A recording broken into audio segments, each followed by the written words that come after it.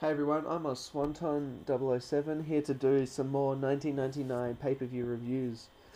I'm just going to get straight into it.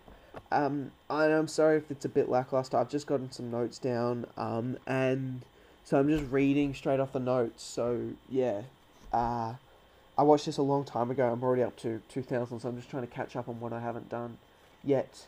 Yeah, so here we go. Unforgiven 1999 started with Val Venis versus Steve Blackman in a half-star match. Val won with a money shot, and this match should have definitely been on Heat, not the Unforgiven pay-per-view.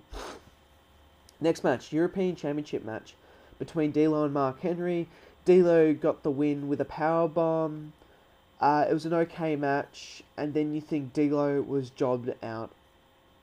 And then you think that D'Lo was jobbed out and released a few years ago, while Henry gets repeatedly repackaged as a main eventer even to this day, despite having no discriminal mic skills, charisma, or wrestling talent. 1 star. Next match was an Intercontinental Championship match between Jarrett and Chyna. This was a really fun match, and it was a shame Jarrett could have jumped to a competent organisation while he was still at his peak. 2.5 stars. The Acolytes versus the Dudley Boyz. Dudley Boyz in their first pay-per-view match of being in WWE, or WWF at the time. Neither team was really over at this point, and they had terrible chemistry together. 1 star.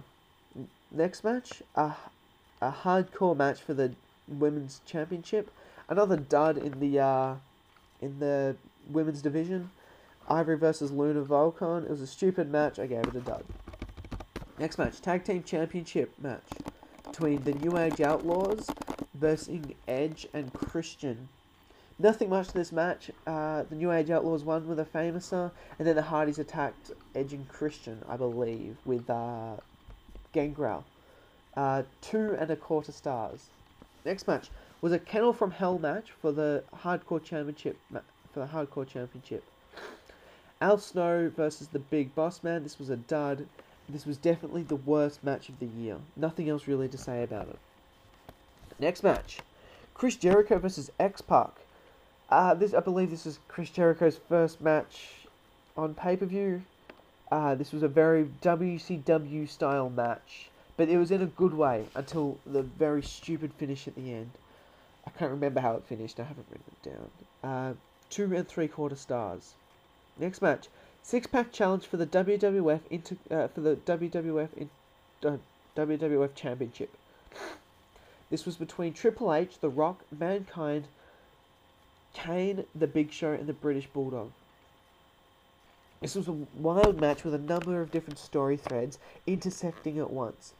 It probably would have been the WWF Match of the Year if it had not been topped the following pay-per-view. Overall, I gave Unforgiven 1999 a 6.5 out of 10. Now, straight on to the next pay-per-view, which was actually quite a good pay-per-view of the year. No Mercy 1999. Started with the Godfather versus Mideon. It was a dud. It was too much time for people who can't wrestle. The only cheer that they got was for the Ho Train coming out. It was boring. Straight out boring. Next match was the Women's Championship match between the Fabulous Moolah and Ivory. 3 duds in a row for the women's division. Not going well. All people are really interested in puppies. It was a stupid comedy match that Moolah won with a schoolboy. Next match, Hardcore Holly and Christ Holly versus the New Age Outlaws. It was a good match with an old school finish. 2 stars. Next match, this was definitely the 3rd best match of the night. It was still a really good match, and it was surprising because Chyna was in it. A good housekeeping match for the WWF Intercontinental Championship between Chyna and Jeff Jarrett. You can find this match on the Intercontinental Championship match DVD as well, which is worth a look at. I'm not sure how the guitar is a household item, or what or why Teddy countered Jarrett's pin in the first place. But it doesn't pay to ask too many questions. This was a goofy match, but fun. The Jarrett-Chyna feud was one of the best feuds of the year, although that's not saying much. I gave that match 3 stars. Next match, The Rock versus the British Bulldog. No one really bought that the Bulldog was on Rock's level of wrestling at this point in time. And he was on his way back down the ladder, and he continually got injuries. This was not a good match. I gave it a 1 star. The Rock won. Now, this next match is a hidden great that no one really sees very often or talks about very often. It's a ladder match between the Hardy Boys and Edge and Christian. A 4-star match. This was the start of these future 4 greats' amazing careers and the start of one of the greatest rivalries in WWE history. It was a great match, not much psychology or the selling of the moves. But all in all, it was still a great match, and it was just a spot frenzy. And I believe it won Match of the Year in many publications.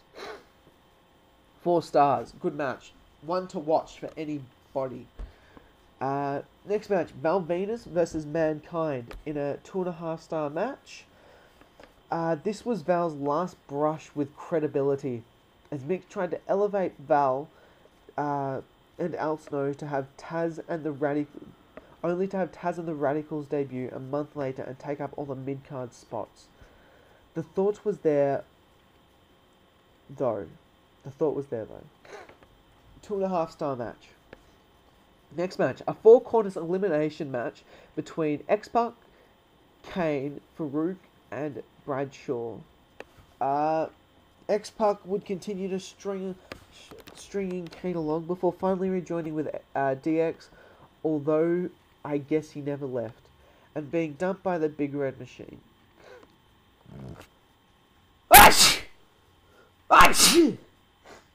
Excuse me, I gave that match a 1 3/4 stars. I believe X-Pac won. An anything goes match. This is the main event for the WWF Championship match. Excuse me. It was a very transitional match from the wild all over arena brawling. It was good booking. Triple H won when he accidentally hit Austin with the sledgehammer. 3 3/4 stars. Overall, I gave the pay-per-view a 7.5. I believe this is the best pay-per-view of the year. No, that was the best pay-per-view of the year. So I'm OzSwanton 007. Look out for my next couple of reviews coming in the next couple hours. Comment, like, and subscribe. Thank you.